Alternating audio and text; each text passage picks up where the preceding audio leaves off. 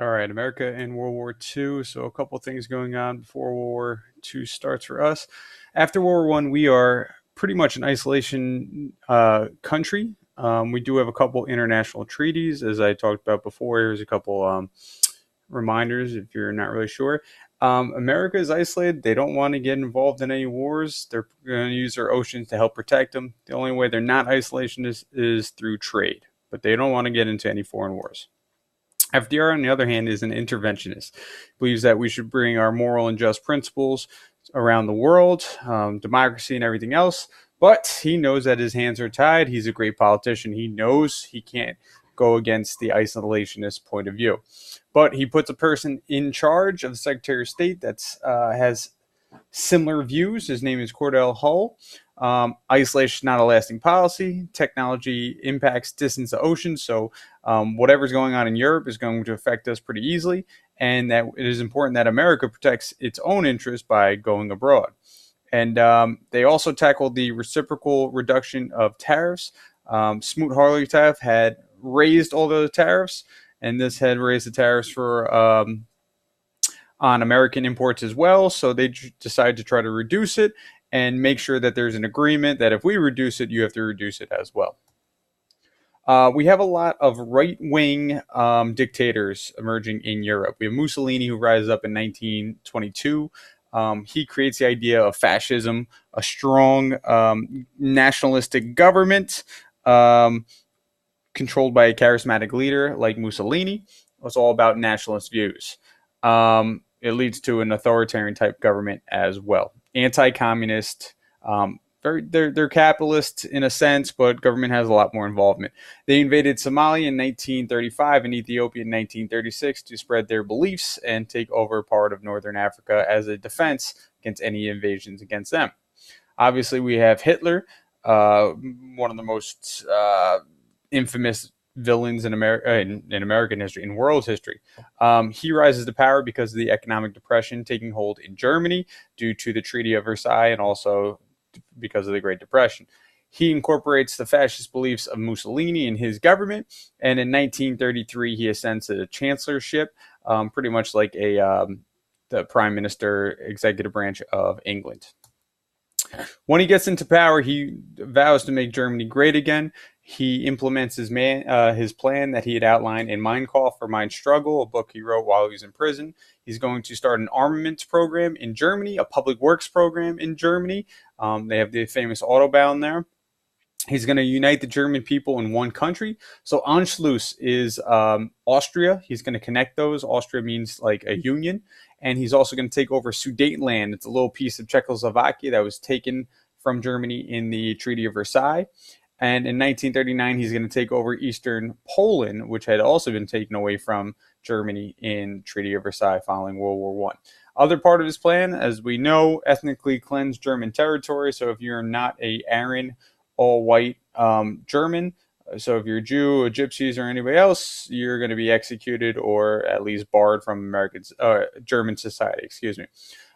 He's also going to introduce Lebensraum, which in German means living space. So he wants the German population to reproduce quickly and take over most of Europe. So living space for them to spread their German beliefs. European appeasement. Appeasement is a policy that European leaders took in response to Germany.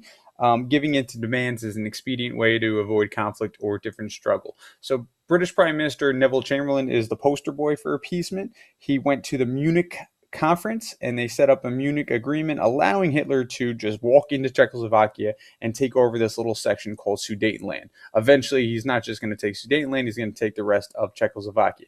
But Neville Chamberlain did this because he believed this would satisfy peace in our time. But once you give an inch to anybody, they're going to take a mile, and that's what Hitler does. Why did they follow the appeasement program? World War One is still fresh in people's minds. The millions of people that died and the destruction that it encountered, they don't want that again. And the League of Nations, which is supposed to protect against situations like this, is entirely weak. They have no strength, no military arm, no teeth, and they can't really do anything about it. Japan, on the other side, East Asia, is also very similar to what's going on in Europe. They want to expand and take over pretty much all of Asia.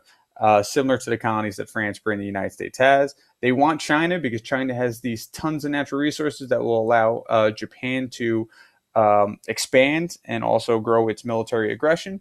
And they are led by Emperor Hirohito, who's this man right here next to Douglas MacArthur, and Hideki Tojo.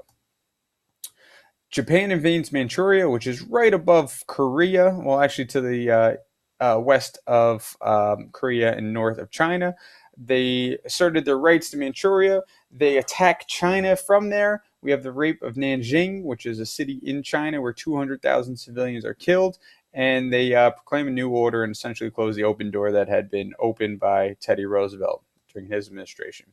Results of the Japanese invasion of Manchuria, we have the Stimson Doctrine, refusing to acknowledge the results of gains made by aggressors. They're not going to recognize all this land that Japan had gained during this time period. Japan decides to leave the League of Nations. So does Italy, and so does Germany. This is actually, I should have took this slide out. Sorry about that.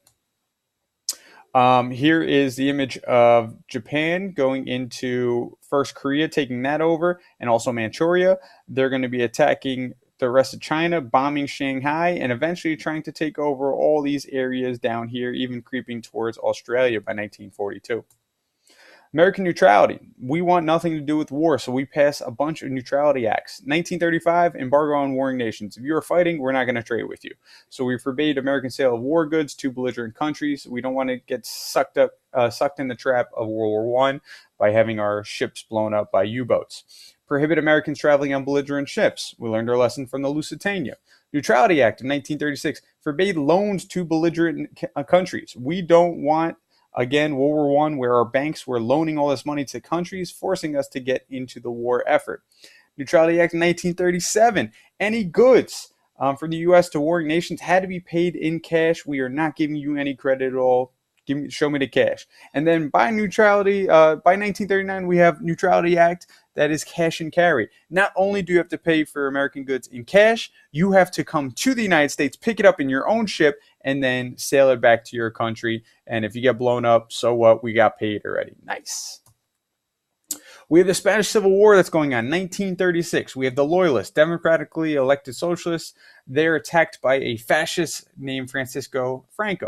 The insurgents, this is Nazis and Italian fascist support with 50,000 troops, planes, and tanks. This is where Mussolini and Hitler get to play around with their new weapons that they had been building. Loyalists are supported by the Soviet Union and international brigades such as the Abraham Lincoln Brigade, a bunch of Americans that decided to volunteer, and they get brutally massacred because they have no military training at all. America, neutrality acts, we don't get involved at all. FDR doesn't help at all, and Soviet Union gains a little bit of a threshold there, but the Spanish Civil War ends up winning by the fascists led by Franco, due to the help of the Nazis and the Italians. Again, FDR wants to help, but isolationist laws makers don't allow him to do so. This is the famous Picasso painting of Guernica, which is a city in Spain that was bombed by Hitler's airplanes. German-Soviet Non-Aggression Pact. Hitler and Stalin make a secret pact, the Non-Aggression Pact, that they won't attack each other. Germans are going to take West Poland, and Russians are going to invade Poland in the east. World War II begins with this attack into Poland, September 1st, 1939.